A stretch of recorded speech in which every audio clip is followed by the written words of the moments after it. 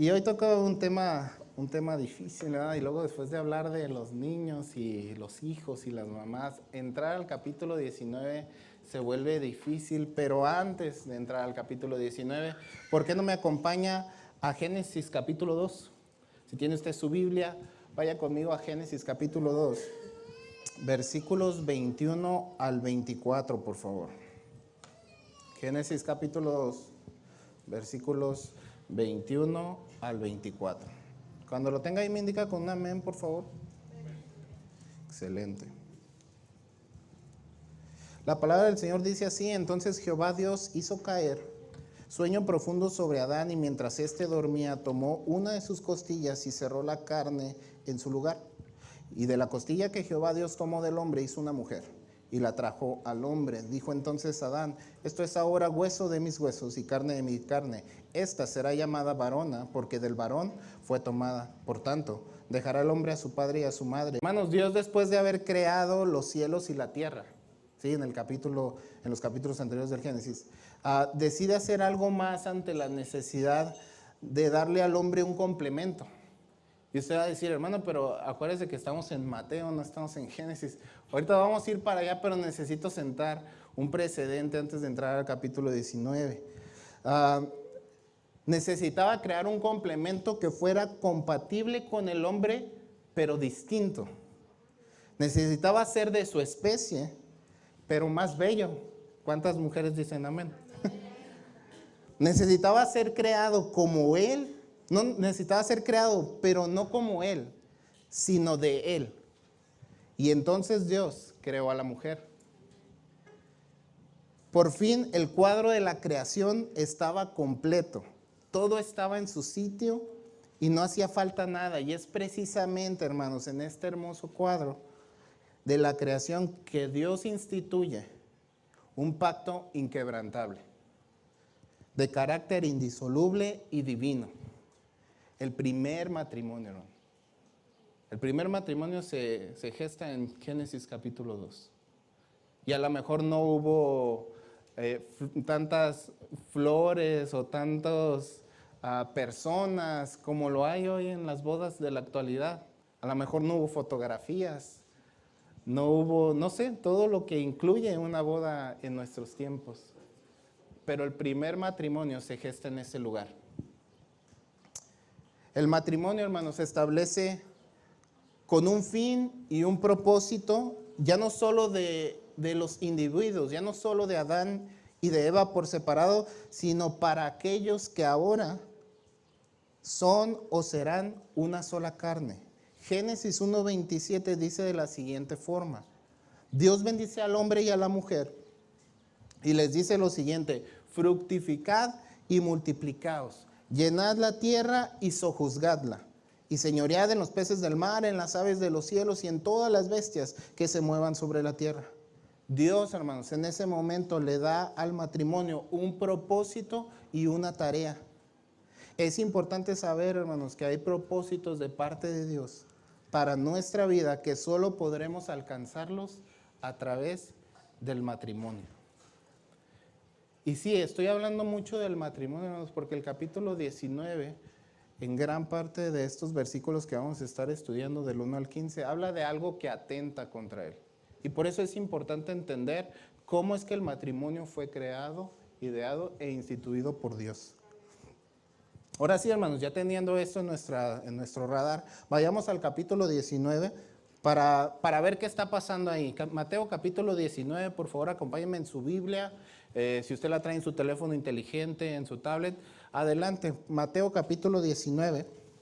Dice de la siguiente forma, hermanos, dice que estaba Jesús, se movió hacia Judea, no estaba en otro lugar, se movió hacia Judea, había mucha gente que lo seguía, esos son los primeros versículos, y dice que lo sanó ahí. Después de esto, hermanos, en el versículo 3, estamos en Mateo capítulo 19, versículo 3, dice de la siguiente forma: entonces vinieron a él los fariseos, tentándole y diciéndole: ¿es lícito al hombre repudiar a su mujer por cualquier cosa? Por cualquier causa. Él respondiendo les dijo: ¿no habéis leído que el que los hizo al principio, varón y hembra los hizo? y dijo, por esto el hombre dejará padre y madre y se unirá a su mujer y los dos serán una sola carne. Versículo 6. Así que no son ya más dos, sino una sola carne, por tanto lo que Dios juntó, no lo separa el hombre. Analizando un poquito esto, necesitamos como desglosarlo, ¿no? Primeramente, hermanos, le hacen una pregunta a Jesús que está viciada de origen. Esa pregunta no es genuina. Esa pregunta lleva un propósito de dañar, lleva como fin a poner a Jesús en una encrucijada, y Jesús se da cuenta de ello. Hermanos, se establece desde que estamos leyendo el versículo 3, que incluso antes de que hagan la pregunta, los fariseos vinieron a él para tentarle, dice. Vinieron para tentarle, y lejos de buscar luz ante este tema en particular, buscan que Jesús tome parte de un ya de por sí polarizado tema como lo era y sigue siendo el divorcio. Con esa pregunta, hermanos, los fariseos buscaban que Jesús se decantara por una de las dos ideologías que se gestaban en ese entonces. Buscaban que él tomara lugar. ¿Para qué? Para que la otra ideología, las otras personas que comulgaban con la otra idea, dijeran, bueno, entonces nosotros ya no lo seguimos. O viceversa, si tomaba la otra opción. Varias personas, hermanos, concuerdan que en aquel entonces había dos corrientes de pensamiento, dos ideologías, una defendida por un rabino llamado Shammai y la otra sostenida por un rabino llamado Hillel. Que ponga mucha atención, ellos interpretaban, y lo voy a decir entre comillas, lo descrito en Deuteronomio 24:1. Si usted tiene su Biblia, vaya conmigo a Deuteronomio 24, versículo 1. En ese lugar, en ese versículo dice lo siguiente, hermanos. Cuando alguno tomare mujer y se casare con ella, si no le agradare por haber hallado en ella alguna cosa indecente, le escribirá carta de divorcio y se la entregará en su mano y la despedirá de su casa. Hermanos, el debate entre estas dos interpretaciones de precisamente ese versículo y sobre todo de la palabra indecente, mientras Shammai interpretaba que indecente hacía referencia a la inmoralidad sexual, Hillel interpretaba que indecente podría ser, hermanos, ponga atención aquí, literalmente cualquier cosa, desde mal carácter de la mujer hasta preparar mal una comida. Imagínense cuántos estuviéramos ya entregando cartas de divorcio, ¿verdad? Para Hillel era prácticamente cualquier cosa. Si la mujer se reía estruendosamente, podría ser una causa de entregarle una carta de divorcio. Si la mujer era chismosa, le podía entregar una carta de divorcio. Si la mujer le hablaba tosco o golpeado, cualquier cosa para la interpretación de este rabino significaba algo indecente en la mujer. Los fariseos, hermanos, buscaban que Jesús se decantara por cualquiera de estas dos ideologías. Sabían que si apoyaba la postura de Shammai, perdería popularidad porque gran parte de la población judía, sobre todo de los hombres, comulgaban con la idea de Hillel, o si concordaba, hermanos, con la idea de Hillel, entonces estaba claro que Jesús no estaba tomando con seriedad la ley. Parece, hermanos, que por fin los fariseos le han tendido la trampa perfecta a Jesús. Ellos ya habían llegado antes con preguntas similares y Jesús le había sacado la vuelta, había hecho uso de la palabra de Dios, había tratado al corazón de ellos, pero parecía que aquí no tenía para dónde hacerse. Ante cuestionamientos, hermanos, controversiales que están fundamentados, ponga atención, en las ideologías e interpretaciones humanas, la palabra y los estatutos de Dios deben ser considerados como los puntos de partida. Cuando la gente de repente viene, hermano, con cada uno de nosotros y nos pregunta, ¿tú qué piensas de esto? ¿Tú con quién estás? Y de repente son cosas como que a lo mejor no son tan bíblicas o no están muy claras en la Biblia. Tenemos nosotros que recurrir a la palabra de Dios. No podemos nosotros empezar a tomar partido de las ideas que la gente está diciendo, si no son ideas que están apegadas a la palabra de Dios. Y es lo que hace Jesús en ese momento. Jesús no les toma en cuenta lo que los rabinos dicen, sino que los lleva al principio. Y por eso era importante que leyéramos Génesis capítulo 2, hermanos. Jesús no toma partido con ninguna de estas ideas, sino que los lleva a la Biblia y al principio de todo y les pregunta, ¿no habéis leído? Vienes acá a preguntarme, te la das, porque los fariseos eran devotos de decir que ellos conocían la ley, que ellos conocían todo lo que tenía que ver con la ley mosaica. Dice él, ¿no habéis leído? Ellos trataban de enredarlo, hermano, con interpretaciones humanas, y Jesús les responde con la pura y suficiente palabra de Dios. Jesús los exhibe incluso con esta frase, ya que parece que o se les olvidaba algo que ya habían leído, o ni siquiera lo habían leído. Dice, ¿no habéis leído que Él los hizo al principio? ¿Él hizo a quiénes? Al hombre y a la mujer, a los integrantes del matrimonio que ellos pretenden separar. Jesús, lejos de debatir sobre lo que está presentándose en ese momento, los lleva al principio, a cómo y bajo qué condiciones, y sobre todo, hermano, ¿quién instituyó el matrimonio? ¿No lo instituyeron los hombres? ¿No lo instituyeron gobernantes ni pueblos? Lo instituyó Dios mismo. Dice, varón y hembra los hizo. El matrimonio original, tal y como Dios lo instituyó, solo se puede dar entre un hombre y una mujer.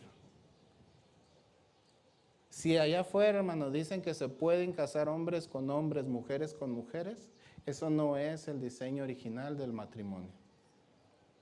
Varón y hembra los creó, dice. No hay otra forma de establecer matrimonio. No hay otra forma. No hay nada más, hermano, diabólico que tratar de pervertir lo que Dios instituyó como algo sagrado y bendito. Es el diablo tratando de pervertir algo tan preciado como es el matrimonio. Y ahora decir que los hombres se pueden casar con hombres, que las mujeres se pueden casar con mujeres, que las personas se pueden casar con animales. Yo no sé qué tanta perversión hay, hermano. Lo que sí sé es que Dios estableció un modelo y es el único modelo de matrimonio que se puede realizar. El diablo es especialista en pervertir lo que Dios ha hecho. Usted recuerda que Dios puso una señal en el cielo después del diluvio. Una señal con muchos colores, un arco con muchos colores. Ahora el diablo lo ha tomado y lo ha pervertido. Y lo utilizan grupos de personas que no están de acuerdo con lo que Dios hizo de ellos. Y han pervertido, han tomado una señal divina como lo es el arco. Y ahora lo usan ellos como bandera. El diablo es un especialista en hacer eso. Hermanos, por esto el hombre, dice, dejará a su padre y madre y se unirá a su mujer y los dos serán una sola carne. Y en ese momento el matrimonio es consumado. En ese momento ya no son dos, sino uno. Y los dos, dice, serán una sola carne según Enduring Word. La referencia es, en cuanto a este versículo, primeramente a la unión física de la carne. Pero la carne, en el pensamiento hebreo, mire, póngame aquí un poquito de atención, representa al hombre completo. Y la unidad ideal del matrimonio cubre a toda la naturaleza.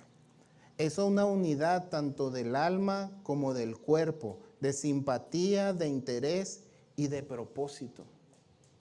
La idea de que ellos serán una sola carne incluye obviamente la unión sexual, pero también va más allá de eso. Hermanos, el matrimonio se da no para que dos personas hagan una cosa juntos, sino que deberán hacer todas las cosas juntos. Porque de repente podemos pensar que el matrimonio es el marco legal en donde podemos satisfacer nuestras necesidades. La verdad es que no es así, hermano. Eso es parte de, pero no son todas las cosas que debemos hacer juntos. No es nada más eso lo que podemos hacer juntos, sino que de ahí en adelante todas las cosas deben hacerse juntos. Es imposible, hermanos, para los matrimonios alcanzar la plenitud y el propósito para el cual Dios los llamó de manera singular. Es imposible para los matrimonios, hermanos, actuar, decidir o planear por separado, ya que sería, hermanos, imposible afectar a la otra persona. Ahora son una sola carne. No es solamente un hecho, sino una meta. Hermanos, ya no se pueden tomar decisiones pensando que somos únicamente nosotros los que vamos a sufrir las consecuencias de ello. Y entonces el matrimonio se empieza a poner como difícil, ¿no? O sea que no era nada más pues abrazarnos y ir a tomarnos una nieve y eso. No es nada más eso. Son muchas cosas más. Ser una sola carne, hermanos, no solamente es un hecho, es también una meta. Así que dice, no son ya más dos, sino una sola carne. Mira, hermano, Jesús establece que ahora todo funciona en torno a esa unión. Los planes de nuestra juventud ahora serán reemplazados por los planes del matrimonio. A ver, hermano, ¿cómo que el carro deportivo que yo quería comprarme cuando tenía 17 años ya no lo voy a poder comprar? Pues si eso afecta a tu matrimonio, no lo vas a poder comprar. Porque ya los planes individuales pasan a segundo término. Porque ahora no se trata de satisfacer lo que tú quieres, sino lo que la otra persona quiere. De eso se empieza a tratar el matrimonio. Los presupuestos, hermanos, de la vida soltera ahora deben ser cambiados por los presupuestos de la vida matrimonial. Hermano, o sea que ya no me puedo gastar toda mi raya en dulces, en salidas, en el cine, en ropa, en el cerro. No, les tengo noticias, no, ya no se puede.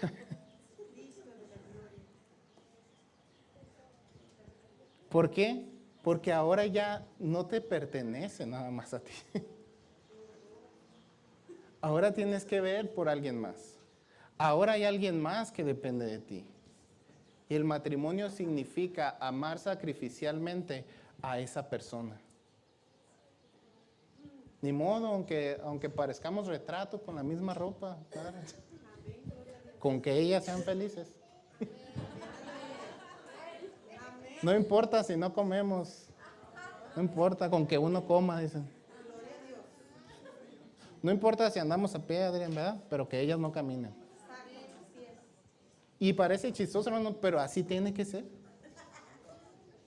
Así tiene que ser. Ya no se trata nada más de nosotros. Lo que soñábamos, hermanos, para nosotros mismos ahora serán sueños compartidos, en el que el beneficiado será aquel que ahora forma parte de nosotros. Y cuando nosotros no tomamos en cuenta estas condiciones, empezamos a tener muchos problemas en el matrimonio. Porque en lugar de interesarnos por la otra persona, seguimos interesándonos en nosotros mismos. Y ya no somos uno, ya no somos dos, ahora somos solamente uno. Y el tipo de amor que Jesús presenta es un amor sacrificial, que es paralelo a la vida matrimonial. Por lo tanto, dice, lo que Dios juntó, no lo separa el hombre. Jesús es tajante con esto, ya que establece que Dios fue quien desde el principio, hermanos, creó a los integrantes de esta unión. Fue Él quien instituyó el matrimonio como algo sagrado e importante, y fue Él quien bendijo y dio propósito al matrimonio. ¿Cómo pues podemos pensar que nosotros, hermanos, podemos disolver algo que ni creamos ni instituimos? Porque ahí hay gente que piensa que yo en el momento que quiera me divorcio. Yo en el momento que quiera dejo a mi esposa o a mi esposo. ¿Quién te dio ese derecho? ¿O por qué pensamos de esa forma? Si nosotros ni lo creamos, ni lo instituimos, ni le dimos propósito, fue Dios en el principio. Y por eso era importante leer Génesis. Porque Él fue desde el principio el que creó esta maravillosa obra del matrimonio. Y nosotros no somos quienes para poderla romper. Obviamente, hermanos, los fariseos no se iban a ir. Jesús ha tumbado su argumento, pero no se iban a ir sin dar batalla. A pesar de que Jesús parece haber evitado la trampa que le han tendido, ellos insisten, hermanos, ahora con una ordenanza. Una ordenanza entre comillas de parte de Moisés. Estoy en el versículo 7 del capítulo 19. Le dijeron, ¿por qué pues mandó Moisés dar carta de divorcio y repudiarla? Refiriéndose a la mujer. Dice, ¿por qué pues mandó Moisés? Eso están hablando los fariseos. Dar carta de divorcio y repudiarla. Ellos, hermanos, hacen referencia a Deuteronomio capítulo 24, versículo 1. Si usted está por ahí, en la primera frase de ese versículo dice, cuando alguno tomare mujer. Dice, cuando alguno tomare mujer. Esta pequeña oración, hermanos, denota una excepción y no una regla. O sea, Moisés no está diciendo, para empezar, que todo el que se case, sino dentro de los que se casan. Si se presenta esta eventualidad, entonces se aplicaría esa concesión. Hermanos, esa pequeña oración, cuando alguno, denota una excepción y no una regla. Lejos de que Moisés promoviera o fomentara el divorcio, más bien lo está regulando. Y en ese sentido está protegiendo a la mujer en una cultura, hermanos, en la que pareciera que los judíos tenían un ideal muy alto del matrimonio, pero una percepción muy baja del valor de la mujer. Para el judío promedio de aquel entonces, para el hombre judío, era relativamente fácil divorciarse y volverse a casar. Pero para la mujer que había experimentado el divorcio, implicaba quedar totalmente desamparada.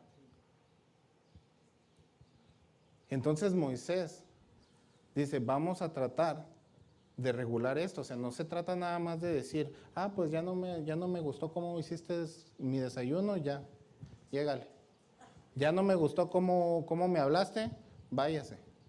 Y la mujer quedaba completamente desamparada y el hombre, pues no hay problema, buscaba la siguiente y él seguía con su vida muy normal. Moisés trata de regular eso. Y le dice, si se encuentra algo indecente, bueno, entrégale una carta de divorcio en la que ella pueda ampararse y decir, bueno, a mí me la entregaron, pero tengo la posibilidad de rehacer mi vida. Era lo que estaba permitiendo Moisés en ese entonces. Una de las razones por las cuales permitió o concedió Moisés entregar carta de divorcio era para que la mujer pudiera rehacer su vida. Jesús es claro al hacerles ver que Moisés no mandó, porque ellos decían, Moisés nos mandó, pero no, Jesús dice, Moisés les permitió. Les permitió, dice, repudiar a vuestras mujeres, ¿sabe por qué? Por la dureza de su corazón. Y ahorita vamos a hablar un poquito acerca de eso. La principal razón, hermanos, que da lugar a esta concesión, aparte de proteger a la mujer en ese entonces, es la dureza del corazón. No solo de la persona que ofende, sino también de la persona ofendida. Y miren, hermanos, ¿cuántos no conocemos casos de personas que se separan, de matrimonios que consuman un divorcio? Porque ni la persona ofendida ni el ofensor son capaces de perdonar. Porque el corazón está endurecido a tal punto que ya no queremos saber absolutamente nada de la otra persona. Aunque haya pedido perdón, aunque esté arrepentido, hay dureza en el corazón que no nos permite decirle, pues está bien, entiendo que la regaste y vamos a intentarlo. Por la dureza de vuestro corazón, dice. La dureza del corazón que le hace imposible perdonar. Es curioso, hermanos, que antes de que este escenario se presente, Jesús en el capítulo 18, y lo estaba exponiendo el hermano Adrián de una manera muy interesante, hablando del perdón. Estábamos conversando el otro día, Adrián y yo, y decíamos, qué duro tener que decir que si no perdonamos, pues Dios no nos va a perdonar.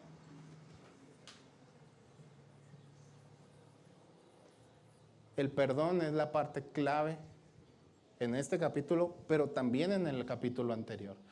Jesús había venido enseñando y hizo una enseñanza completa en el capítulo anterior del perdón y parecía que la gente no había entendido nada de lo que les había hablado. Hermanos, la concesión del divorcio no sería necesaria si la enseñanza del perdón fuera asimilada, aceptada y puesta en práctica. quiero dejar muy claro que Moisés no mandó absolutamente nada. Que se permitió debido a que la gente no podía perdonar lo que estaba pasando. Pero si nosotros entendemos la enseñanza del perdón, la concesión del divorcio no tendría siquiera por qué contemplarse.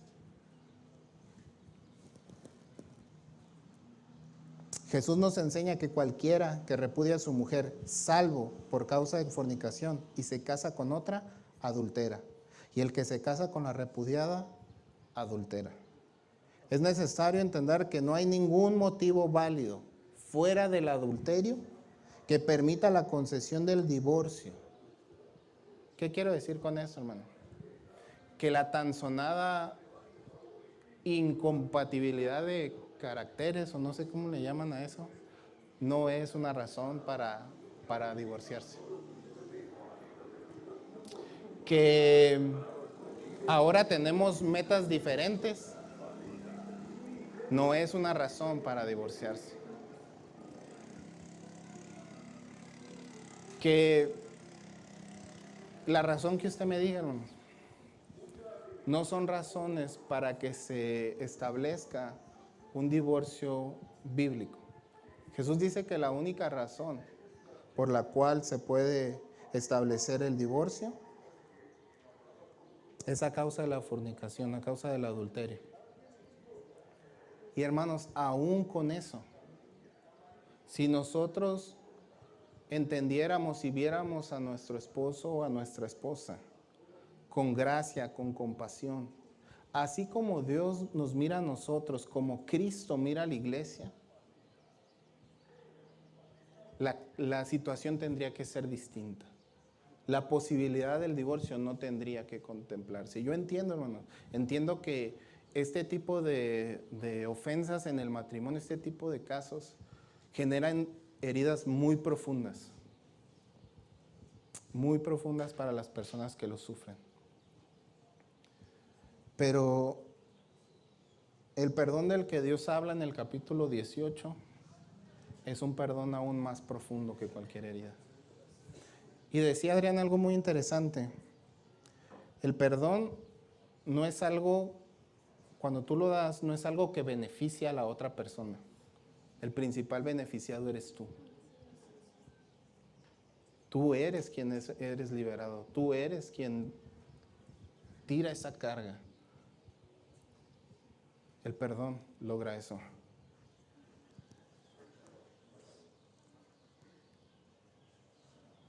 Si somos capaces de seguir viendo con gracia a nuestro esposo o a nuestra esposa, tal y como Jesús nos ve a nosotros, tal y como Cristo ve a la iglesia, el divorcio es una situación que nunca debería contemplarse. Ahora, hermanos, es necesario que se entienda que nosotros como iglesia no comulgamos con la idea de que una mujer u hombre sufra cualquier tipo de violencia dentro del matrimonio o que su integridad física o emocional se vea comprometida. Por lo tanto, aunque no consideramos un divorcio, sí entendemos que es necesaria una separación con la finalidad de salvaguardar la salud física y emocional tanto de la persona como de su propia familia. Hermanos, si usted sufre violencia en su matrimonio, eso no quiere decir que se puede divorciar, pero es importante que haya una separación. Porque Dios no instituyó el matrimonio para que ninguno de los participantes sufra ningún tipo de violencia. Y si me apuro un poquito, eso ya ni siquiera es un tema de la iglesia, eso ya es un tema legal, civil. Nadie puede golpear, nadie puede maltratar, ni física ni verbalmente a ninguna persona. Y en casos como esos, es recomendable que haya una separación. Ojo, esto no rompe el matrimonio, los votos que se hicieron en el matrimonio, pero a causa de salvaguardar la integridad de las personas es importante, incluso de la familia, que haya una separación. No queremos que de repente usted entienda que es necesario aguantar todo ese tipo de cosas. Dios no creó el matrimonio con esa finalidad, pero el divorcio como tal no se puede establecer por eso. Una separación se puede considerar. Hermanos, en un divorcio nadie gana. Nadie es beneficiado. Mientras que Dios establece que serían una sola carne en el matrimonio, el divorcio busca separar esta unión. Pero no es una separación sin consecuencias. Si usted piensa, bueno, ya firmamos el papel y listo. Yo me quedo con lo mío, tú te quedas con lo tuyo y seguimos adelante. No crea que es algo que no tiene consecuencias. Veamos, hermanos, la unión del matrimonio, tal y como vemos nuestro cuerpo unido a nuestro brazo, unido a nuestras piernas. Y comparemos el divorcio, hermanos, como la amputación de cualquiera de estas extremidades. Si el divorcio se consuma, jamás volveremos a ser los mismos. Así como cuando quitamos una parte de nuestro cuerpo. Porque somos solo una sola carne, no solamente como por encima, sino completamente entrelazados. Y cuando usted quiere separar algo así, es imposible que haya partes que no sufran daño. Como cuando apuntamos un brazo, cuando se amputa una pierna. Así es un divorcio, hermano. Y así de dolorosas son las consecuencias que trae un divorcio. El divorcio, hermano, no es solamente una revocación del estado civil, es el quebrantamiento de un pacto establecido por Dios. No es nada más, bueno, es que ahora le voy a poner en mis formas que antes era casado y ahora soy divorciado. No es nomás eso, hermano. Estamos quebrantando un pacto establecido por Dios. Ahora, hermanos, a lo mejor usted se puede preguntar, ¿qué hago si yo conocí a Dios y ya divorciado y vuelto a casar? Mire, 1 Corintios 7:17 dice, pero cada uno como el Señor le repartió y como Dios llamó a cada uno, así haga. El versículo 20 del mismo capítulo 7 dice, cada uno en el estado en que fue llamado, en él se quede. Pero de aquí en adelante, hermano, pero de ahí en adelante, nosotros no debemos contemplar la opción de un divorcio. Antes no sabíamos, ¿no? El mismo apóstol Pablo dice, yo no conocía el pecado hasta que la ley me hizo entender esta parte. Me dio como el entendimiento, me dijo que estaba haciendo algo mal. Hoy cada uno de nosotros sabemos que si estamos contemplando el divorcio, estamos contemplando algo que no le agrada a Dios y algo que desde el punto de vista bíblico no se puede llevar a cabo. Versículo 10, le dijeron sus discípulos, si así es la condición, estamos en el capítulo 19, versículo 10, si así es la condición del hombre con su mujer, pues no conviene casarse. Qué fácil para ellos, ¿no? Para nosotros. No, pues si así van a estar las cosas, yo mejor no me caso. O sea, yo cuando leo esa parte me doy cuenta como que algunos de los discípulos de Jesús como que comulgaban con las ideas de Gilel. No, pues si mi esposa me quema el huevito ya, yo la voy a correr, le voy a dar carta de divorcio. Si mi esposa no me hace caso, le voy a dar carta de divorcio. Como que los discípulos tenían esa idea en la cabeza y cuando Jesús les dice todo eso, dicen, no, pues así no le entro. Entonces Jesús les dijo, no todos, dice, no todos son capaces de recibir eso, sino aquellos a quienes es dado. Muchachos, si usted está soltero, si usted está comprometido, si usted está pensando en casarse, por favor, piénsenlo bien. Esto no es algo que el día de mañana, si ya no les gustó, pues ya cada quien por su lado. Yo recuerdo que cuando nosotros estábamos planeando nuestra boda, fuimos con algunas personas y la pregunta era la misma. ¿Ya lo pensaron bien? Íbamos con otra pareja y decía, ¿están seguros de lo que quieren hacer?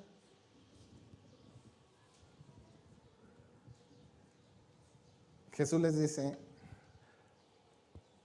tomen esto con la seriedad que conlleva.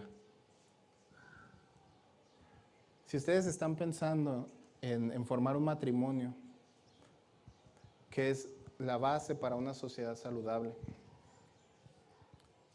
háganlo plenamente conscientes de lo que implica.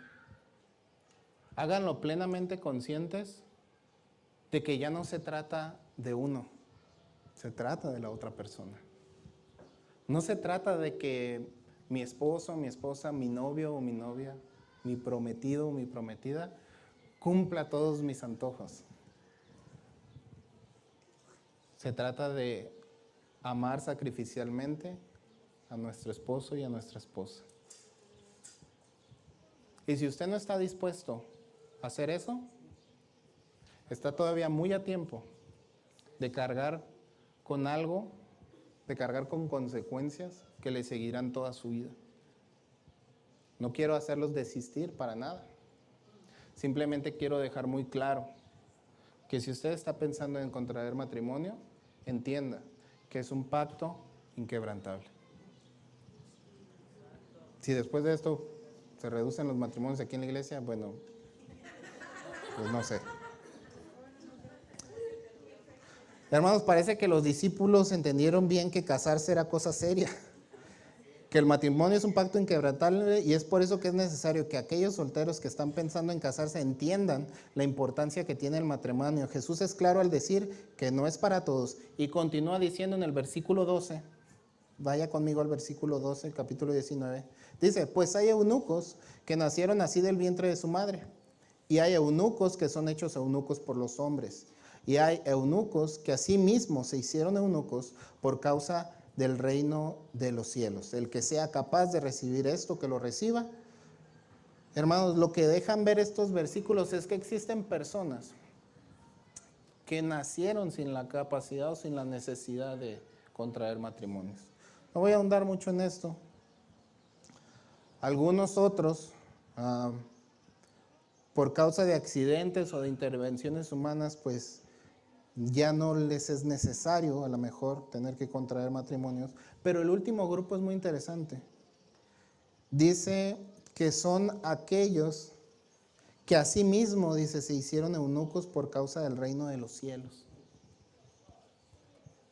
Son personas, hermanos, como lo dice el apóstol Pablo en 1 Corintios capítulo 7, versículo 7, que tienen un don de parte de Dios para ser célibes.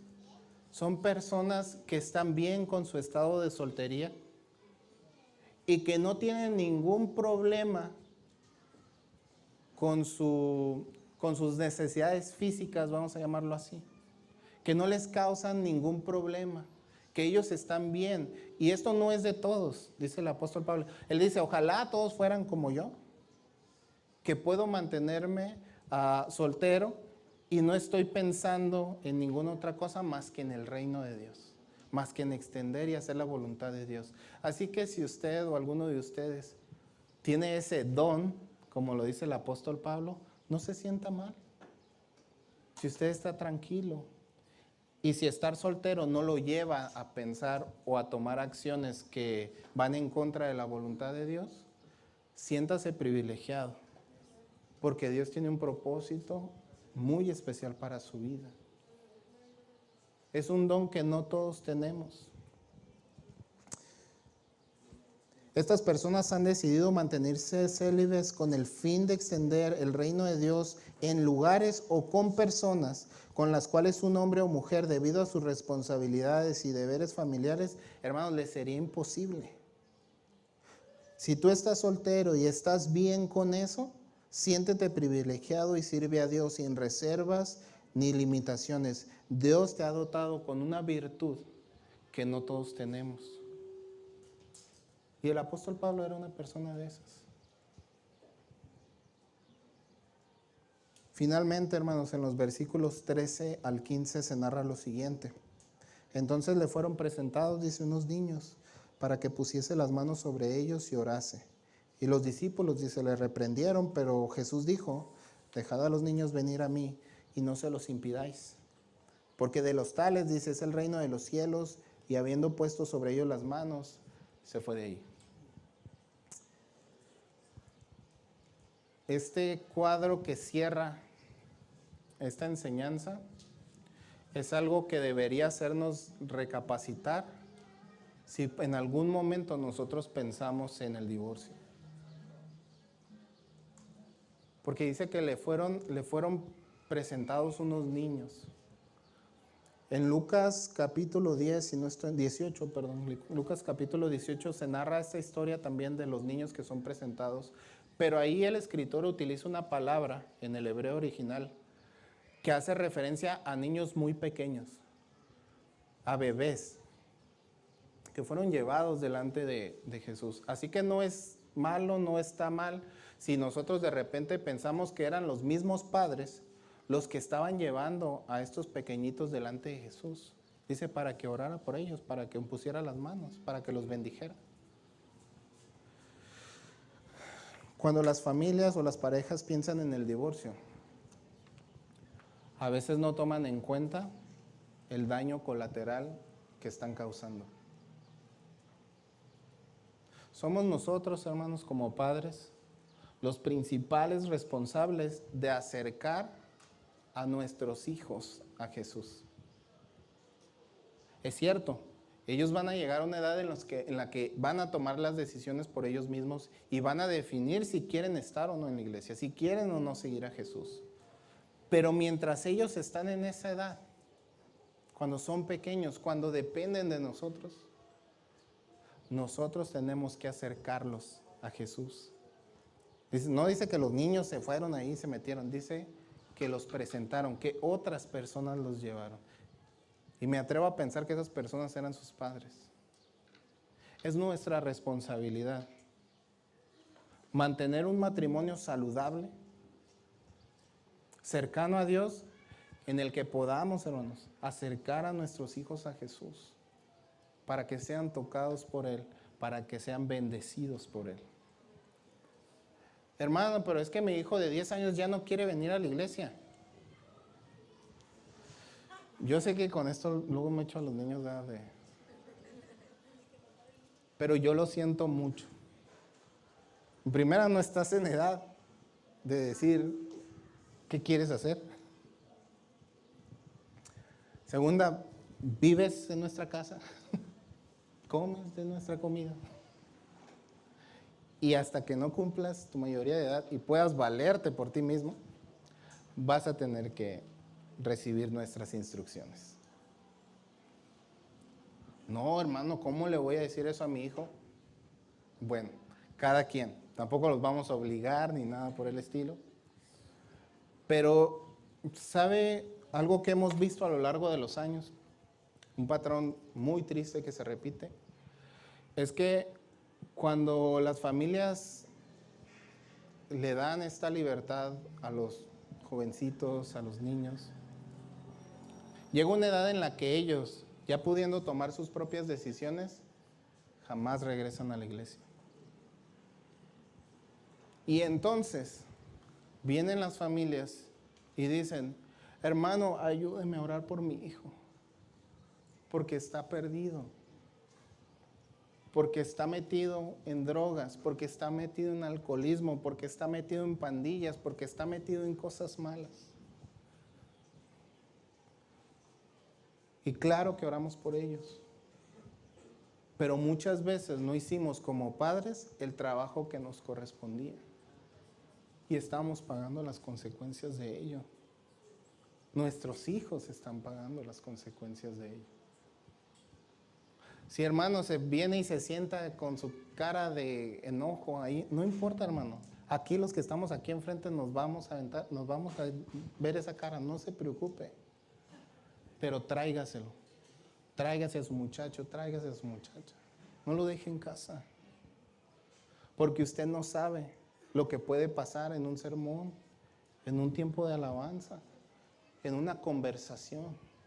Porque Dios utiliza muchas formas para tocar el corazón de las personas, incluyendo el corazón de los niños, de los adolescentes, de los jóvenes. Así que usted tráigaselo. Y si viene haciendo su berrinche, ni modo, que venga. Pero que usted esté consciente que hizo todo lo que estuvo en sus manos para traer a su Hijo a Jesús. No lo tomemos como algo a la ligera, como, ay, allá que se quede en la casa, no pasa nada. Sí pasa, hermano, y pasa mucho. Y las consecuencias a lo mejor no las vemos en el momento, pero probablemente las veamos más adelante. Dice, dejad a los niños venir a mí y no se los impidáis, porque de los tales es el reino de los cielos. Hermano, eso también muestra algo notable sobre el carácter de Jesús. Él era querido por los niños. Y sabe una cosa, los niños a menudo son jueces astutos del carácter. ¿Usted ha notado que a veces los niños quieren ir con una persona y están sonrientes y están alegres, pero luego lo queremos acercar con otra persona y empieza a llorar? Tienen como esa habilidad. Y querían estar cerca de Jesús. Jesús tenía un carácter apacible, tan apacible que los niños querían estar con él. Yo creo que cada uno de nosotros tendría que aspirar a eso. Notes, hermanos, que Jesús bendijo a estos niños, no los bautizó, pero los bendijo. Y en seguimiento a esto es la razón por la cual nosotros, hermanos, no bautizamos a los niños pequeños o a los bebés o a los recién nacidos, pero sí los dedicamos y los presentamos delante de Dios. Los bendecimos y oramos por ellos, siguiendo el ejemplo de Jesús. Bueno, yo sé que a lo mejor el tema de hoy es un tema difícil, es un tema duro, pero tengamos una cosa muy clara. Dios estableció el matrimonio como algo para toda la vida. Fue el hombre y la dureza del corazón del hombre la que empezó a ponerle una etiqueta de desechable al matrimonio. Pero Dios, desde que concibió el matrimonio, lo concibió como algo para siempre. No podemos nosotros pensar que la mujer o el hombre que Dios creó para nosotros es el equivocado. Porque es curioso, pero Dios creó a la mujer perfecta para Adán. Y aunque suene romántico, Dios ha creado una persona perfecta para ti, para mí. Y es imposible pensar que Dios se equivocó en ello.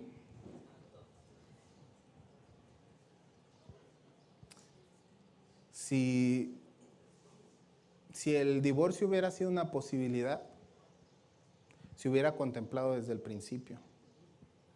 Pero dígame, ¿qué sentido hubiera tenido el divorcio para las únicas dos personas del planeta? Exacto.